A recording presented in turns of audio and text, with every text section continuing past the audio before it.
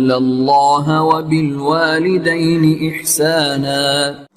اعوذ باللہ من الشیطان الرجیم. بسم اللہ الرحمن الرحیم. الحمد للہ والصلاة والسلام علی اہلہا. اما بعد فقد قال اللہ تبارک و تعالی فی کتابہ الکریم. بسم اللہ الرحمن الرحیم. ادعونی استجب لکم. اللہم صلی علی محمد و آل محمد. عزیزان محترم ناظرین کرام، جیسا کہ میرا موضوع گفتگو صحیفہ سجادیہ ہے اور اس مناسبت سے دعا ایک فطری عمل ہے، اور دعا ایک ایسا عمل ہے کہ جس کی ضرورت کو ہر انسان شدت کے ساتھ محسوس کرتا ہے، اور جس کے لیے ہر انسان رغبت رکھتا ہے، ہر انسان جس چیز کی خواہش رکھتا ہے. اور یہی سبب ہے کہ دعا انسان کی ایک فطری تقاضا کا نام ہے. خداوند عالم نے بھی اپنے کلام پاک میں دعا کا حکم دیا ہے اور فرمایا ہے کہ ادعونی استجب لکم، کہ آپ مجھ سے دعا طلب کریں تو میں آپ کی دعا قبول کروں. اور ایک اور مقام پر خداوند عالم نے فرمایا کہ وَإِذَا سَأَلَكَ عَنِّي وَإِذَا سَأَلَكَ عِبَادِي عَنِّي فَإِنِّي قَرِيبٌ أُجِيبُ دَعْوَةَ الدَّاعِ. خداوند عالم فرما رہے ہیں کہ اے میرے حبیب، جب یہ لوگ آپ سے میرے متعلق سوال کریں تو آپ انہیں بتا دیں کہ میں ان کے قریب ہوں، اور جو بھی کوئی دعا مانگتا ہے، دعا طلب کرتا ہے میری بارگاہ میں، تو میں اللہ اس کی دعا کو قبول کرتا ہوں. اور اسی طرح بہت ساری روایات ہیں دعا کی اہمیت کے بارے میں، جیسا کہ ایک حدیث عرض کر دوں کہ الدعاء سلاح المومن، دعا مومن کا ہتھیار ہے. جس طرح عرف عام میں انسان مشکل اوقات میں، دنیاوی حساب سے مشکل حالات میں، زمانے کے حساب سے ہتھیار کا سہارا، اسلحہ کا سہارا لیتا ہے، تو ائمہ معصومین علیہ السلام نے دعا کی طرف توجہ دلائی ہے کہ اگر ایک مومن کے لیے مشکل حالات میں کوئی سہارا بن سکتا ہے، اگر ایک مومن کے لیے مشکل حالات میں کوئی چیز اس کا اسلحہ بن سکتی ہے تو وہ دعا ہے. کیونکہ اس دعا کے ذریعے آپ اس عظیم ہستی سے ہم کلام ہوتے ہیں کہ جو علی کل شیء قدیر ہے، جو تمام غلبہ پانے والوں کے اوپر بھی غلبہ پانے والا ہے. تو عزیزان محترم، اس دعا کی اہمیت کو مد نظر رکھتے ہوئے یہ دیکھا گیا ہے کہ دعا مانگنے کا بھی ایک خاص طریقہ کار ہے.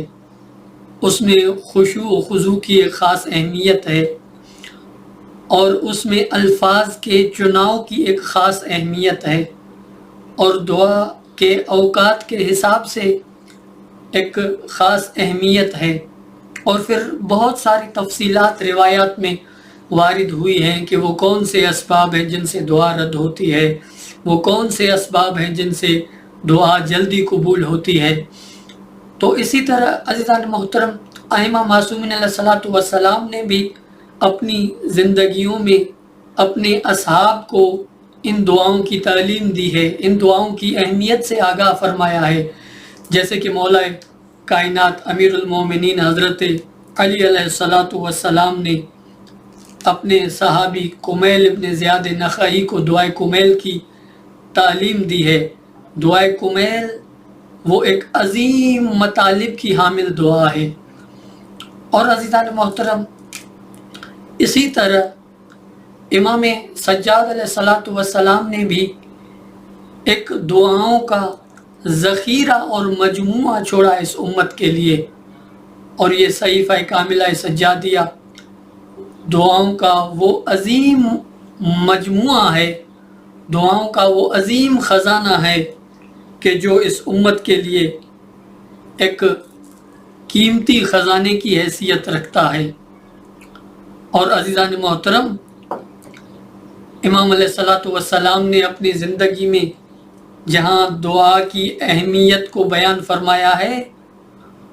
تو وہاں اہمیت کے ساتھ ساتھ دعا کے طریقہ کار کو بھی بیان فرمایا ہے کہ اگر آپ مریض ہیں تو ایک مریض اگر شفا یابی کے لیے خدا کی بارگاہ میں دعا مانگے تو وہ کن الفاظ سے دعا مانگے۔ اگر کوئی شخص پریشان حال ہے، ایک ایسی پریشانی کے نہ حل ہونے والی پریشانی ہے، تو وہ اس کے لیے الگ سے امام علیہ السلام نے رہنمائی فرمائی ہے کہ اگر کوئی مشکل حالات میں گرفتار ہے تو اسے کن الفاظ میں دعا مانگنی چاہیے، طلب باران کے لیے کن الفاظ سے دعا مانگنی چاہیے، کس طریقہ کار سے دعا مانگنی چاہیے۔ اگر کوئی شخص اپنی اولاد کے سلسلے میں پریشان ہے تو اولاد کے لیے اگر وہ کوئی خدا کی بارگاہ میں دعا طلب کرنا چاہتا ہے تو وہ دعا کن الفاظ میں ہو۔ اگر کوئی والدین کے حق میں دعا طلب کرنا چاہتا ہے خدا کی بارگاہ میں تو والدین کے لیے دعا کس طریقے سے مانگی جائے، استغفار کے لیے کس طرح سے دعا مانی جائے۔ پھر ایک صحیفہ سجادیہ میں ایک مناجات کا سلسلہ شروع ہوتا ہے کہ شکر کرنے والوں کی مناجات، توبہ کرنے والوں کی مناجات کس طرح ہونی چاہیے۔ تو عزیزان محترم، امام سجاد علیہ الصلوۃ والسلام کی جب خدمت اور امام سجاد علیہ الصلوۃ والسلام کی دعاؤں کے متعلق اس کتاب صحیفہ سجادیہ پر ہم نگاہ کریں گے تو گویا کہ انسان مشکلات میں ایک جیسا کہ کہیں اسلحہ کہیں، سہارا کہیں، ذخیرہ کہیں، انسان مشکلات میں پریشان نہیں ہے بلکہ ان چیزوں سے مالا مال ہے۔ لیکن شرط یہ ہے کہ اگر وہ انسان اپنے مشکلات میں، اپنے مشکل حالات میں دعا کا سہارا لے تو، یعنی اگر انسان پر کوئی مشکلات آ جائیں تو بجائے اس کے کہ اپنے جیسے کمزور انسانوں کی طرف بھاگتا رہے، اپنے جیسے کمزور انسانوں کے سامنے گڑ گڑاتا رہے، تو اس سے بہتر ہے کہ ہم اپنی ان مشکلات میں خالق کائنات علی کل شیء قدیر کی بارگاہ میں گڑ گڑائیں، اور اگر ان کی بارگاہ میں جائیں تو اپنے الفاظ سے نہیں، کیونکہ ہمارے الفاظوں میں وہ مطالب ہی نہیں آ سکتے، ہمارے الفاظوں میں وہ تأثیر ہی نہیں آ سکتی۔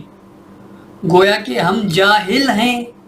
اس چیز سے کہ خدا کی بارگاہ میں کیسے دعا طلب کی جائے۔ تو ضروری ہے کہ ہم ائمہ معصومین علیہ السلام کے کلام اور ان کی نقل شدہ دعاؤں کا سہارا لیں۔ اور یہی سبب ہے کہ ابن جوزی، وہ ایک قول اس کا ایک نقل ہے، وہ کہتے ہیں کہ ان علی ابن الحسین زین العابدین لہو حق التعلیم فی الاملاء والانشاء، کہ امام علیہ الصلوۃ والسلام ہی وہ ذات ہیں، مفہومی ترجمہ عرض کر رہا ہوں کہ امام علیہ الصلوۃ والسلام ہی وہ ذات ہیں جنہوں نے اس انسانوں کو تکلم اور مخاطب ہونے کا طریقہ سکھایا۔ وکیفیت المکالمت وعرض الحوائج الی اللہ تعالی، اور امام سجاد علیہ الصلوۃ والسلام ہی وہ عظیم ہستی ہیں جنہوں نے لوگوں کو سکھایا کہ اگر آپ خدا کی بارگاہ میں جائیں تو اس بارگاہ میں کیسے دعا کی جاتی ہے، اللہ کی بارگاہ میں خداوند عالم سے کس طرح مخاطب ہویا جاتا ہے۔ اور یہاں تک کہ وہ یہ بھی کہہ رہے ہیں کہ فَإِنَّهُ لَوْلَاهُ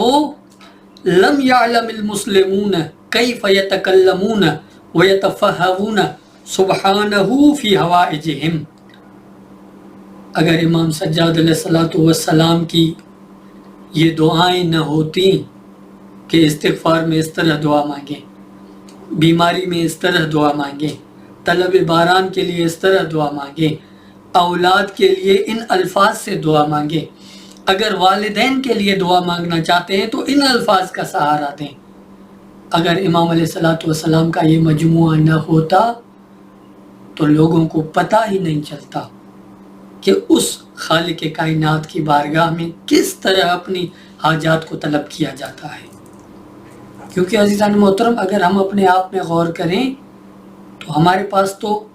چند رٹے ہوئے وہ جملے ہیں جو ہم ہر جگہ نماز میں ہو، کسی پروگرام میں ہوں یا کسی اور جگہ ہوں، ہم ان خاص الفاظ سے ہی انہی جملوں سے جو ہے دعا طلب کرتے ہیں، یعنی بغیر کسی تمیز کے۔ یعنی فرض کریں کہ اگر ہم جیسے عام انسان ہوں تو خواہ بیماری کی حالت ہو، خواہ یعنی کوئی اور پریشانی ہو، اولاد کے سلسلے میں ہو، والدین کے سلسلے میں ہو، تو ہماری جو دعائیں ہیں وہ تھوڑے بہت اختلاف کے ساتھ چند جملوں تک محدود ہیں۔ اور لیکن امام علیہ السلام نے ایک بہت بڑا ذخیرہ عطا فرمایا کہ نہیں، اگر آپ اپنی پریشانی کی حالت میں دعا کرنا چاہتے ہیں تو یہ ایک الگ سے ایک دعا ہے۔ اگر بیمار کوئی شفا یابی کے لیے، کوئی طلب استغفار کے لیے، تو اس کا ایک الگ سا ایک مجموعہ ہے۔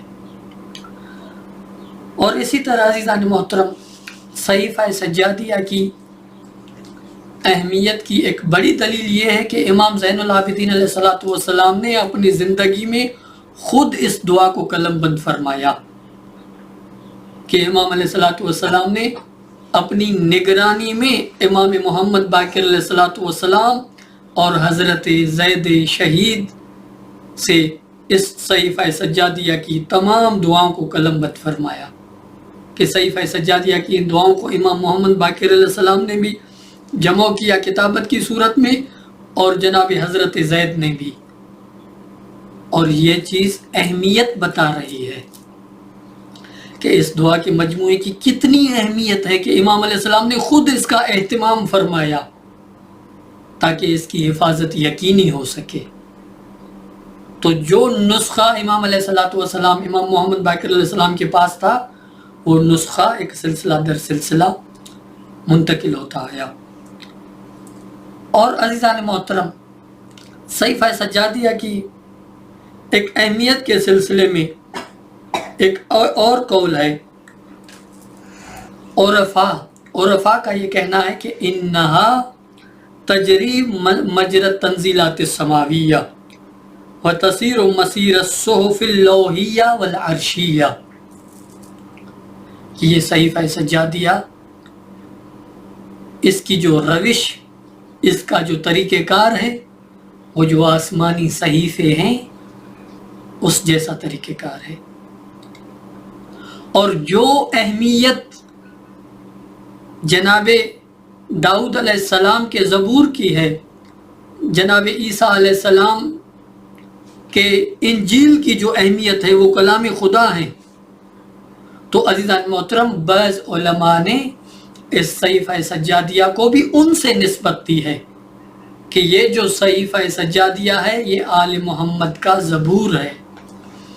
یہ جو صحیفہ سجادیہ ہے یہ اہل بیت علیہ السلام کا انجیل ہے،